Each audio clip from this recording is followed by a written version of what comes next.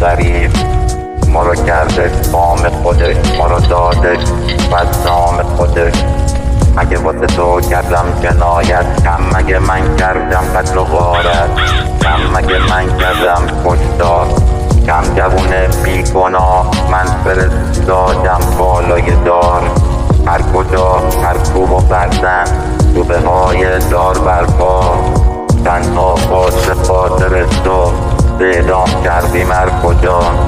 کم نبودن بیگناه رفتم بالای چوبه دار هر کجا.